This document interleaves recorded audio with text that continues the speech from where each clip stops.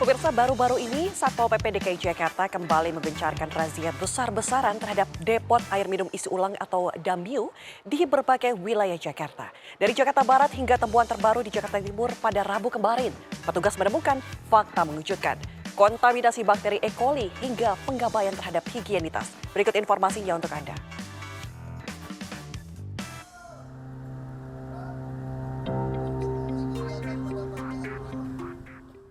Di Jakarta Barat, tepatnya di Kecamatan Kebonjeruk dan Palmerah, petugas Satpol PP menyisir sejumlah depot air minum isi ulang DAMIU.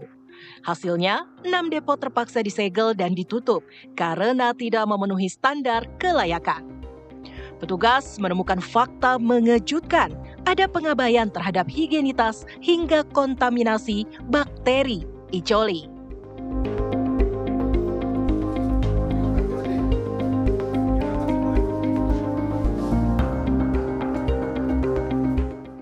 Tak berhenti di Jakarta Barat, pada hari Rabu 24 Desember kemarin, operasi serupa dilakukan di wilayah Jakarta Timur. Penertiban ini merupakan respons langsung atas laporan masyarakat yang mengeluhkan kualitas air yang tampak keruh dan berbau. Di lokasi, petugas menemukan masih ada DAMIU yang tidak memiliki nomor induk berusaha atau NIB, serta sertifikat layak higien dan sanitasi SLHS. Jadi berdasarkan dari Dinas Kesehatan, ditemukan dari hasil pemeriksaan mikrobiologi dan kimia pada Laboratorium Kesehatan Daerah, Provinsi DKI Jakarta ditemukan kandungan bakteri E. coli dan total coliform yang tidak memenuhi syarat kualitas mikrobiologi untuk menjadi air minum. Untuk itu, perlu ditingkatkan lagi, harus disesuaikan dengan standar Permenkes nomor 2 tahun 2023. Bakteri yang terkandung di air minum yang ini sebenarnya cukup tinggi dan apabila dikonsumsi tentu akan menjadi gangguan kesehatan pada masyarakat. Kalau gangguan kesehatan pada masyarakat, produktivitas menurun, kegiatan aktivitas tidak bisa dilaksanakan, kan merugikan juga kepada masyarakat secara langsung gitu, Mbak. Temuan bakteri E. coli dalam air minum bukan perkara sepele. Berdasarkan data Puskesmas di Provinsi Jakarta, sebagian besar warga masih menggunakan air minum isi ulang dan 30% diantaranya tercemar bakteri. Berdasarkan data survei kualitas air minum rumah tangga yang dilakukan oleh Puskesmas, sebagian besar masyarakat di Jakarta, lebih kurang 45%-nya menggunakan air isi ulang sebagai sumber air minum rumah tangga. Dan 30% diantaranya ditemukan cemaran E. coli. Hal ini dapat mempengaruhi kesehatan masyarakat karena air minum yang sudah tercemar E. coli berpotensi untuk menyebabkan gangguan fungsi pencernaan.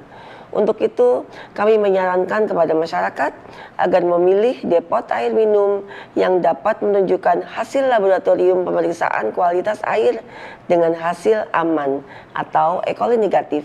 Atau masyarakat juga perlu memasak air untuk memastikan air minumnya terbebas dari bakteri E. coli. Untuk menjamin kelayakan, pendampingan dan pelatihan pun diberikan kepada para pemilik depo air minum isi ulang. Temuan di lapangan seolah mempertegas masalah klasik soal rendahnya kepatuhan depot air isi ulang terhadap sanitasi.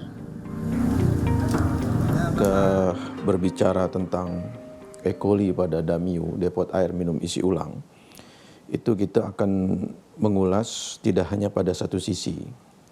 Kalau dilihat bahwa apakah itu semata-mata karena filter, bisa juga karena baku mutu air yang telah mengalami terkontaminasi. Baku mutu air itu bisa berasal dari air tanah, sumur pompa tangan dangkal atau sumur gali, atau juga bisa karena peralatannya, yang tadi disebut filtrasinya, sedimentasinya, atau bisa juga karena penjamah, pengelola yang tidak hygiene. Seperti misalnya hal yang berkaitan pada cara mengelola terhadap galon, yang itu sensitif sekali. Kemudian cuci tangan pakai sabun. Tak hanya itu, Pakar lingkungan Profesor Arif Sumantri pun angkat bicara menyoroti persoalan pengawasan dan edukasi. Regulasi, implementasi yang sudah ada dapat disinergikan melalui sertifikat layak hygiene sanitasi pada Damiu dan juga melalui pengawasan kualitas yang terkait kepada inspeksi kesehatan lingkungan, uji petik lab dan juga pelatihan bagi pengelola dan penanggung jawab. Insya Allah dengan regulasi ini diharapkan keberlanjutan dari air yang sehat dan aman perlu adanya ahli sanitasi lingkungan di setiap Damiu, 3 atau 5 Damiu dibutuhkan sebuah kualitas sebagai jaminan negara untuk memberikan sebagaimana Undang-Undang 17 2019 negara menjamin hak rakyat atas air yang sehat dan aman pasal 6 ayat 1. Terima kasih.